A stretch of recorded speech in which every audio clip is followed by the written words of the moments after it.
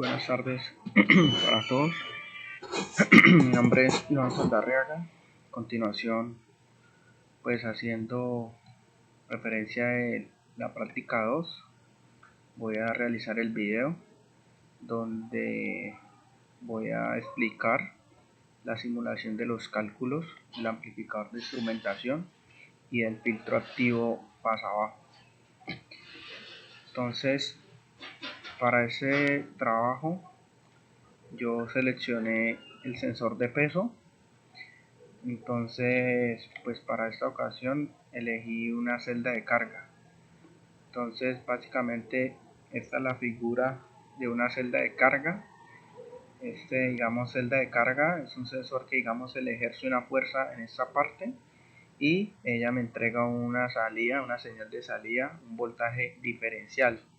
Tiene 4 cables, lo que es la alimentación, positivo, negativo, y tiene la salida diferencial. Entonces, por ende, son 4 cables. En esta parte es donde le ejerce la fuerza. Esta celda de carga es de referencia YZC-133, tiene una capacidad máxima de 1 kilogramo. Entonces, básicamente, esta celda de carga, son una serie de galgas extensiométricas configuradas en un puente de Wheatstone. Básicamente, esta celda de carga internamente, es como vemos en esta figura, tiene una serie de galgas extensiométricas configuradas en un puente de Wheatstone. Las galgas extensiométricas, son unos elementos que al ejercer una fuerza se deforman y esa deformación varía una resistencia. Esta variación de resistencia es la que a la final nos va a generar una señal de salida a través del puente de Wheatstone. Entonces, esta celda de carga tiene estas siguientes características. Tenemos que tiene un rango de operación de 0 a 1 kilogramos y la sensibilidad es de 1, más o menos 0.15 milivoltios por voltio. Y el rango de salida máximo, o sea, el voltaje máximo que me entrega esta celda de carga es de 0 a 5 milivoltios. Teniendo las características básicas de la celda de carga, vamos a ver los cálculos del amplificador de instrumentación. Entonces, para este caso empleamos un amplificador de instrumentación AD620, que es un circuito integrado que internamente en un solo encapsulado ya viene, la configuración de un amplificador de instrumentación. Entonces, aquí tenemos el datasheet. Básicamente este es nuestro amplificador de instrumentación. Tiene el pin 2 y 3 para la entrada de la señal diferencial, tiene RG, el pin 1 y 8 que es la resistencia que nos permite, variar la ganancia de este amplificador, tiene su alimentación positiva, el pin 7 su alimentación negativa y tiene una referencia, y obviamente tiene la salida ya amplificada. Básicamente este amplificador, como una característica principal, es que su rango es de 1 a 1000 de ganancia, o sea, puede una ganancia de 1 a 1000. Las aplicaciones, aquí tenemos sistema de adquisición de datos, control de procesos industriales, escalas de peso, instrumentación médica, pues es esencial, para la asignatura y para la aplicación que estamos desarrollando. Entonces, básicamente este es nuestro amplificador de instrumentación que empleamos, en el desarrollo de este circuito. Entonces, siguiendo acá y ya teniendo la formulita de la ganancia, que es la que aparece en el datasheet, tenemos los cálculos de la celda de carga. Entonces, de acuerdo al datasheet de nuestra celda de carga, también lo tenemos acá. Y la información que nos arroja, esta celda de carga, podemos realizar los siguientes cálculos. Tenemos que la capacidad de la celda de carga máxima es de 1 kilogramo, es decir, 1000 gramos. El voltaje de excitación con el que vamos a alimentar nuestra celda de carga va de 0 a 5 voltios. Para este caso empleamos un voltaje de alimentación de 5 voltios. La salida de la celda de carga es de 1, más o menos 0.15 milivoltios por voltios. En este caso, asumimos que la celda de carga nos va a dar 1 milivoltio por voltio. Es algo que estamos asumiendo. Y el voltaje de la salida de carga, el voltaje de salida de la celda de carga para su máxima carga es, el voltaje de salida está por, la sensibilidad o 1 milivoltio por voltio, que es el voltaje que tenemos acá, multiplicado por el máximo voltaje de alimentación, que sería 5 voltios. Entonces tendríamos una salida de 5 milivoltios. Y para la mitad y la capacidad de la carga, o sea 500 gramos, tenemos el mismo voltaje de salida de la celda de carga, es 1 milivoltio, pero multiplicado por la mitad del voltaje, o sea 2.5, lo que tendríamos 2.5 milivoltios. Entonces para 500 gramos tenemos un voltaje de salida de la celda de carga de 2.5 milivoltios. Para 1000 gramos tenemos un voltaje de salida de 5 milivoltios.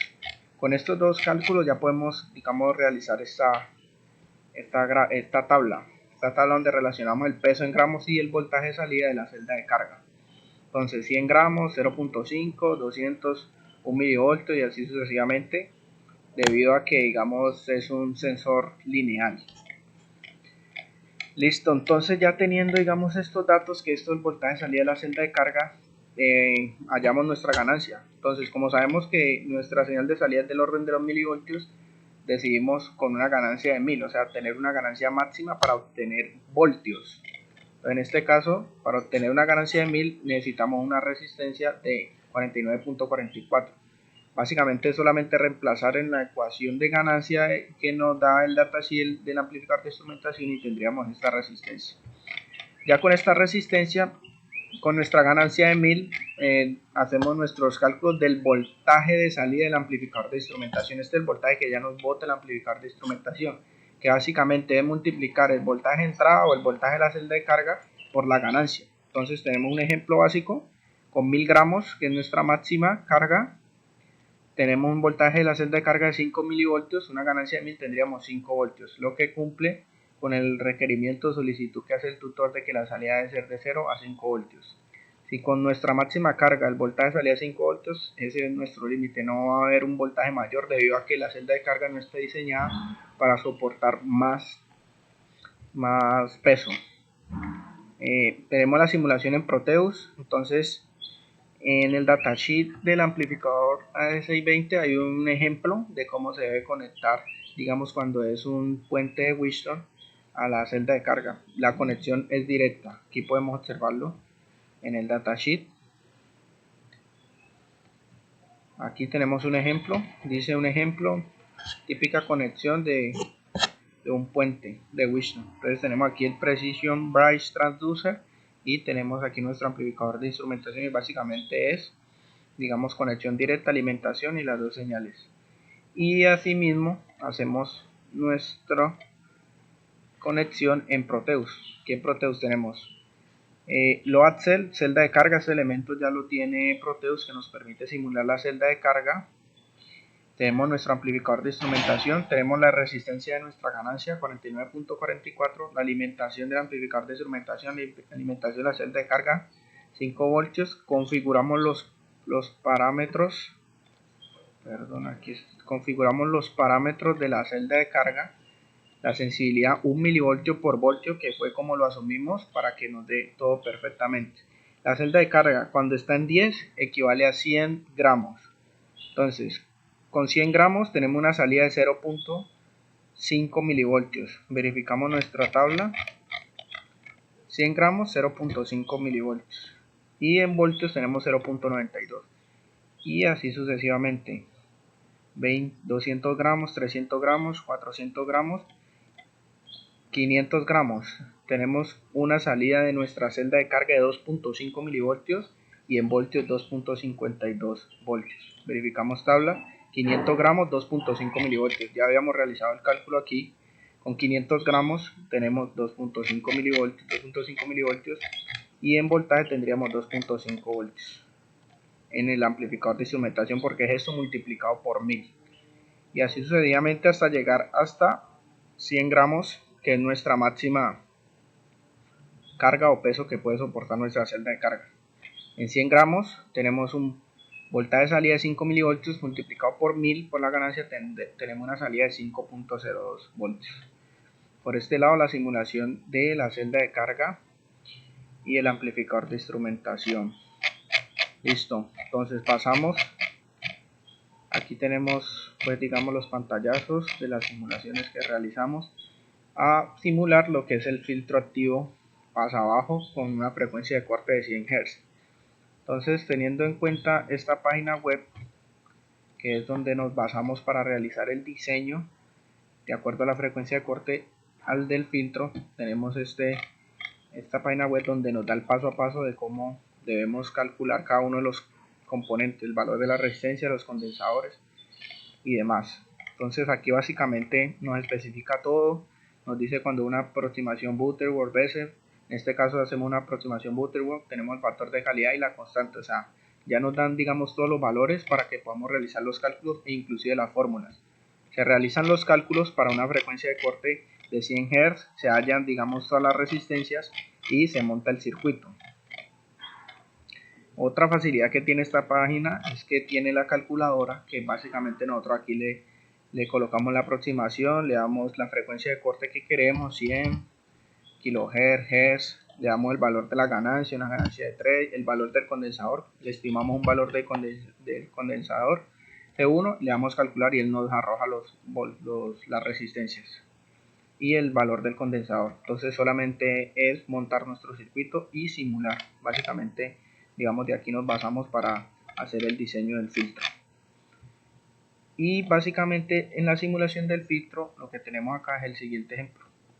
Tenemos acá el filtro con una gráfica de la respuesta en frecuencia. Esta gráfica la sacamos de esta parte de acá. Tenemos gráficas y es la respuesta en frecuencia de nuestro filtro. Entonces, si nosotros le damos simular, en ese momento ya la gráfica está ahí lista. Entonces tenemos que nuestra frecuencia de corte es 100 Hz. Básicamente no es, digamos, complicado simular el filtro, solamente es hacer los cálculos de la página, montar el circuito tal cual como está ahí y mirar la respuesta en frecuencia. Eso es todo. Muchísimas gracias por la atención y que estén muy bien. Gracias.